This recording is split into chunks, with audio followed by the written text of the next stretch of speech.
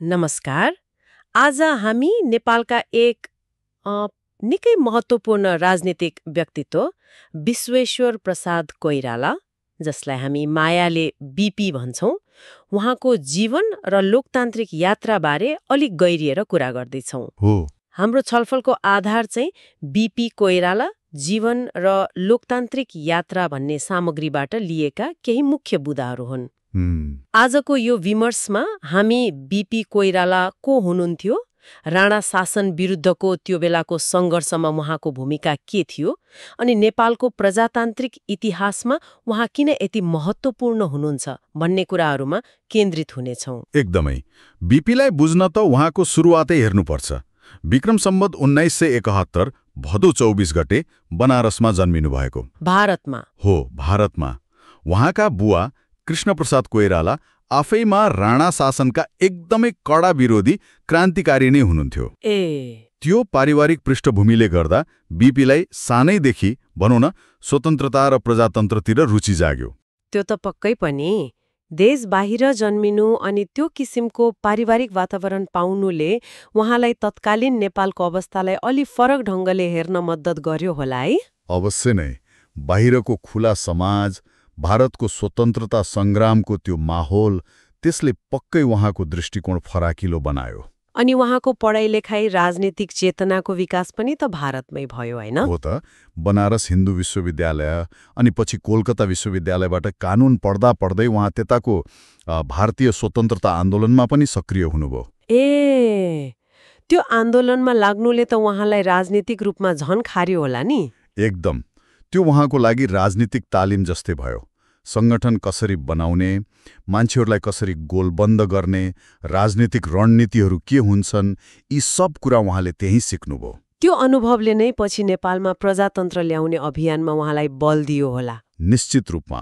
त्यही अनुभव र प्रेरणाले उहाँले पछि नेपालमा नेपाली कङ्ग्रेसको स्थापनामा नेतृत्वदायी भूमिका खेल्नुभयो। अनि आयो 2007 सालको क्रान्ति। हो, 2007 सालको त्यो ऐतिहासिक जनक्रान्ति।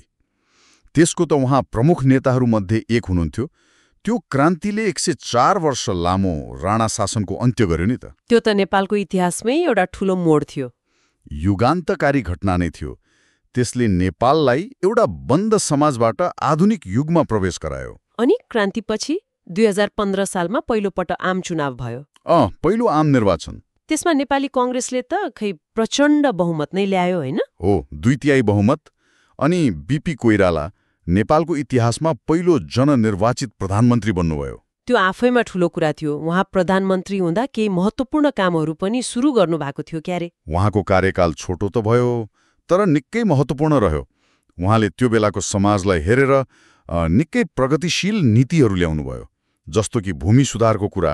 हो, त्यो वीरता उन्मूलन, राज्य रजौटा उन्मूलन। हो, ती कदमहरू त्यो बेलाको सामन्ती समाजमा त निकै क्रान्तिकारी थिए। जमिनमाथि केही सीमित मान्छेको मात्रै अधिकार थियो, त्यसलाई तोड्ने प्रयास थियो त्यो, होइन? एकदम।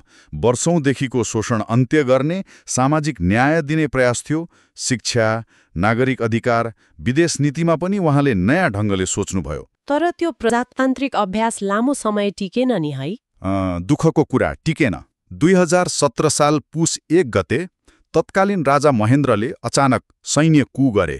हो र? संसद भङ्ग गरियो, संविधान खारेज गरियो, अनि बीपी लगायत धेरै नेताहरूलाई गिरफ्तार गरियो। भर्खरै जनताले चुनेर पठाएको सरकार र संसदलाई त्यसरी हटाइयो। त्यो त प्रजातन्त्रको लागि अन्ध्यारो दिनै भयो नि? कालो दिन नै थियो। त्यसले नेपालको राजनीतिक विकासलाई धेरै पछाडि धकेल्यो। अनि बीपीलाई त लामो समय जेलमा राखियो हैन? हो, करिब 8 वर्ष। त्यो पनि बिना कुनै मुद्दा, बिना सुनवाई। 8 वर्ष कल्पना गर्न पनि गाह्रो। व्यक्तिगत रूपमा उहाँलाई कति गाह्रो भयो होला, अनि देशले पनि भर्खरै पाएको अधिकार गुमायो। निश्चय पनि। जेल जीवनले उहाँलाई शारीरिक र मानसिक रूपमा धेरै दुःख दियो। तर उहाँको राजनीतिक आस्था र सङ्कल्प चाहिँ झन बलियो भएको देखिन्छ। जेलबाट छुटेपछि चाहिँ के भयो? जेलबाट छुटेपछि उहाँ स्वास्थ्य उपचारका लागि भारत जानुभयो। तर त्यहाँ गएपछि एक किसिमले निर्वासित जस्तै हुनु पर्यो। तर निर्वासनमा पनि उहाँ चुप लागेर बस्नु भएनन्। त्यहीँबाट उहाँले एउटा निकै महत्त्वपूर्ण नीति अगाडि सार्नुभयो, राष्ट्रिय मेलमिलापको नीति। हो, यो राष्ट्रिय मेलमिलापको नीतिबारे अलि बढी कुरा गरौँ न। यो त अलि अनौठो लाग्छ नि। एकातिर राजाले नै कु गरेर हटाएको, अर्कोतिर उहाँले राजासँगै मिल्नुपर्छ भन्ने। त्यो बेला यो नीति निकै विवादास्पद पनि थियो र धेरैले बुझेका पनि थिएनन्। जोखिमपूर्ण पनि थियो।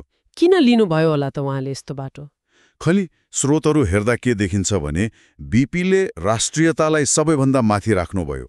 उहाँलाई के लाग्यो भने देशको सार्वभौम सत्ता र अखण्डतामाथि बाहिर खतरा बढ्दैछ। बाहिरको खतरा हो। अनि भित्र राजा र प्रजातान्त्रिक शक्तिहरू यसरी लडिरहँदा देश झन कमजोर हुन्छ। त्यसैले पहिले आन्तरिक रूपमा मिल्नु पर्यो, अनि मात्रै राष्ट्रियता बलियो हुन्छ भन्ने उहाँको निष्कर्ष थियो। भनेपछि व्यक्तिगत वा दलीय स्वार्थभन्दा माथि उठेर राष्ट्रको हित हेर्नुभयो। हो, त्यो उहाँको राजनीतिक दर्शनको एउटा परिपक्वता थियो भन्न सकिन्छ। निकै साहसिक कदम थियो त्यो। अनि यही नीति लिएर उहाँ 2033 सालमा नेपाल फर्कनुभयो। हो, 2033 साल पुष 16 गते। त्यति बेला उहाँमाथि देशद्रोहदेखि लिएर मृत्युदण्डसम्मका 8वटा मुद्दा थिए।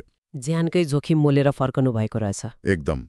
फर्केपछि पनि उहाँले शान्तिपूर्ण राजनीति र प्रजातन्त्र पुनर्स्थापनाको लागि आफ्नो प्रयास जारी राख्नुभयो। तर उहाँको स्वास्थ्यले साथ दिएन क्यारे। उहाँलाई क्यान्सर रोग लाग्यो। त्यसैसँग लड्दा लड्दै 2039 साल साउन 6 गते।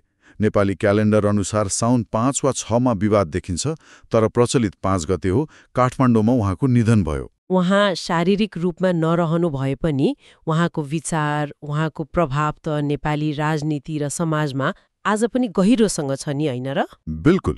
उहाँले अघि सार्नु भएको प्रजातान्त्रिक समाजवादको विचार, राष्ट्रियताप्रतिको उहाँको अडान अनि त्यो मेलमिलापको दर्शन, यी कुराहरूले अझै पनि हामीलाई सोच्न बाध्य बनाउँछन्। हो, उहाँले देखाउनु भएको लोकतान्त्रिक बाटो, सहिष्णुताको कुरा अनि सबैलाई न्याय हुने समाजको सपना त आज झन् बढी सान्दर्भिक लाग्छ। साँच्चै बीपी एक व्यक्ति मात्रै होइन, एउटा विचार हुनुहुन्थ्यो, एउटा आन्दोलन हुनुहुन्थ्यो जसको प्रभाव कहिल्यै सकिँदैन। अब यो छलफलको अन्त्यमा एउटा प्रश्न श्रोताहरूलाई पनि छोडेर जाउँ कि? हुन्छ नि। बीपी कोइरालाले त्यो बेलाको निकै जटिल र ध्रुवीकृत राजनीतिमा राष्ट्रियतालाई केन्द्रमा राखेर जुन राष्ट्रिय मेलमिलापको अवधारणा ल्याउनुभयो, त्यसले आजको हाम्रो यो विभाजित जस्तो देखिने राजनीतिक र सामाजिक बहसमा के अर्थ राख्छ होला? हो, यो निकै विचारणीय प्रश्न हो। त्यो बेलाको मेलमिलापको सान्दर्भिकता आज कस्तो होला, यसमा पक्कै पनि सोच्न सकिन्छ।